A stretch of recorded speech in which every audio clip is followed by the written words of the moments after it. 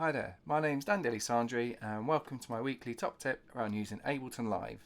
And this is all part of the Get Your Act Together project with Clothcat. And if you visit their YouTube channel, you can see all the previous top tips that I've uploaded and also my live lessons that I've been broadcasting each week. So yeah, these are all the other activities that are available. So yeah, hop on there, see what there is that might interest you.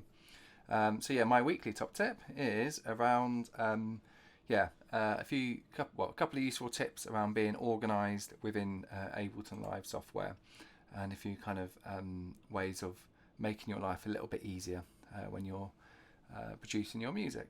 Okay, so to begin with, I'm going to look at these collections up here. So you note it says these different coloured tabs, and if I click on each one, I've saved these audio effects units into these kind of categories, these folders here. So say for example, I've got reverb and delay, EQ, saturation and distortion, compressor limiter, etc. So in order to save your audio effects to these kind of locations in these collections, if for example I wanted to put the EQ3 into the EQ section, if you just right click on EQ3 and you'll see that the colours appear. Click on EQ3, so I click on the orange, and then if I go to EQ, you'll see that the EQ3 is there alongside the EQ8 and the auto filter which I added. To remove them, so if you just go back to where you find it, and if you just kind of click on it again, and then it should disappear. And then next time I go back to it, there you go, it's not there anymore. So yeah, I'll keep that one in there because that's something that I use every now and again.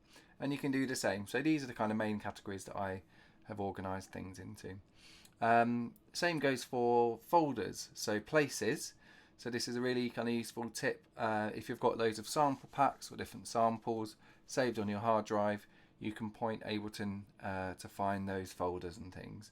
So if you click add folder, it will show the kind of browser, and then wherever that folder is, you click OK, and then it will save it here. So I've kind of got my genres, drum kits, hits, drum fills, etc. So this is kind of just so I can get straight to the place that I want to without messing around. And then my final tip is around color coding. So you notice the color coding that I've got on here. I tend to color my drums yellow, my bass is purple, my vocals orange, my effects sounds green, and then like my synths, piano strings are pink. This is really helpful. You will find the more that you produce, the more channels that you might add. And then from a distance, say you've got like 50-60 channels in one of your projects, then you can kind of you can see what's what from a distance. It does really help, especially when it comes to kind of maybe chopping a section and moving things around. It does help a lot. So in order to color code your channels, if you just right click on the actual channel itself, and then you'll see the palette will appear here, and you can change the color of that channel there. So I'm just going to put that back to yellow. And the same goes within the timeline here, within the arrangement. Right click, and then you can change the color there. You can draw a box around multiple pieces of audio or MIDI. Right click, change the color there, and that should help you. So, okay, so I hope these tips have helped, and please rewatch my previous tips and my previous videos for the Ableton Live course that I'm delivering. If you have any further questions, you can contact me here. Thank you.